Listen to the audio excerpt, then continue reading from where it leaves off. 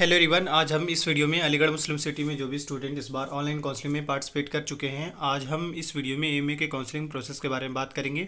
साथ ही जो रिसेंट में अपडेट्स आ रखा है उसके बारे में भी, और जो कॉमन सा क्वेरीज है स्टूडेंट का उसके बारे में भी इस वीडियो में डिस्कस करेंगे।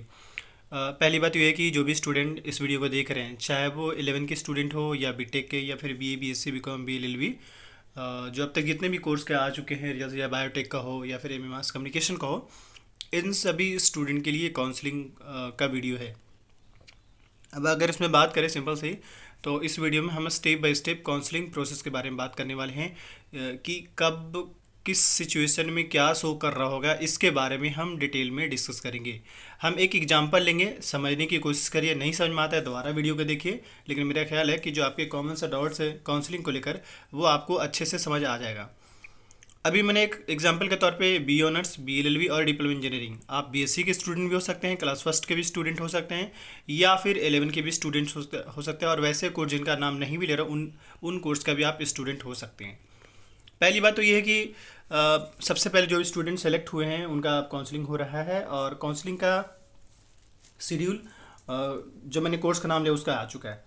अब अगर हम बात करें, देखिए अभी कुछ स्टूडेंट ऐसे हैं, या फिर ज़्यादातर अभी जो स्टूडेंट ऐसे हैं जिन्होंने काउंसलिंग के शेड्यूल के जो काउंसलिंग का डेट आया था एमए का, ज़्यादातर बच्चों ने कर लिया है।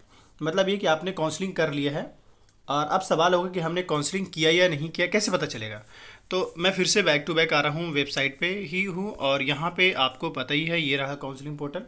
आपको इस पर क्लिक करना है, और यहाँ पे क्लिक करने के बाद इस तरीके का इंटरफेस दिखेगा। यहाँ पे आपको अपनी ईमेल आईडी पासवर्ड टाइप करना है। इसके बाद जो है लॉगिन का पैनल दिख रहा है, इस पर आपको क्लिक करके लॉगिन कर लेना है।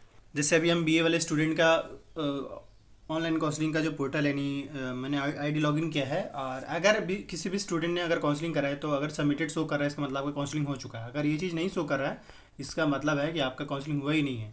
तो याद रखें, जो भी स्टूडेंट अगर काउंसलिंग में पार्टिसिपेट किया और अभी बिफोर वेरिफिकेशन अगर इस टाइप से शो कर रहा है, इसका मतलब आपका काउंसलिंग हो चुका है। ये एक पहला स्टेप हुआ, फर्स्ट स्टेप ये हुआ। इसके बाद सेकंड स्टेप क्या है, डॉक्यूमेंट वेरिफिकेशन का। मतलब आपने जो काउंसलिंग में डॉक्यूमेंट अपलोड किया वो सारे वेरीफाई होंगे, और जैसे ही जब वेरीफाई होंगे तो ये जो सबमिटेड का बटन दिख रहा है, यहाँ पे वेरीफाई होने का आइकन आएगा। अब हम थोड़ा वो भी दिखाते हैं। आपको पता ही है कि डॉक्यूमेंट वेरिफिकेशन होने का टाइम मिला है, और काउंसलिंग का करने का भी अलग अलग टाइम दिया गया है। तो जो डॉक्यूमेंट वेरिफिकेशन का जो टाइम दिया गया, उसी टाइम ही आपका डॉक्यूमेंट वेरीफाई होगा। अब अगर आपके डॉक्यूमेंट वेरीफाई हो जाएंगे, तो देखिए इस तरीके से लिखा हुआ है वेरीफाइड। इसका मतलब आपका डॉक्यूमेंट जो आपने अपलोड करा था, आपने काउंसलिंग में सक्सेसफुली आप पार्टिसिपेट कर चुके हैं। अब आगे क्या होगा, इसके आगे बस कुछ नहीं। देखिए यहाँ पे वेरिफिकेशन हो चुका, अब आगे दो तीन चीज़ें होगा। पहली बात तो ये कि जो इन्होंने काउंसलिंग में, अच्छा अब ये याद रखें, वेरिफिकेशन के टाइम में दो चीज़ हो सकता है, या तो आपका डॉक्यूमेंट रिजेक्ट होगा, या फिर डॉक्यूमेंट आपका एक्सेप्ट होगा। तो जिनका एक्सेप्ट होगा उनका वेरीफाइड शो कर रहा होगा, और जिनका रिजेक्ट होगा उनको यहाँ पे वेरीफाई की जगह पे रिजेक्टेड शो कर रहा होगा, और लिखा होगा कि भाई आपको ये डॉक्यूमेंट फिर से अपलोड करना है। तो वो डॉक्यूमेंट फिर से आपको अपलोड करना पड़ेगा। अब जैसे हो सकता है किसी का मार्कशीट में इशू हो, किसी का हो सकता है कैरेक्टर में इशू हो, कैरेक्टर नहीं बल्कि कैटेगरी सर्टिफिकेट में इशू हो, तो उसको दोबारा से क्लियर वे में अपलोड करना पड़ेगा।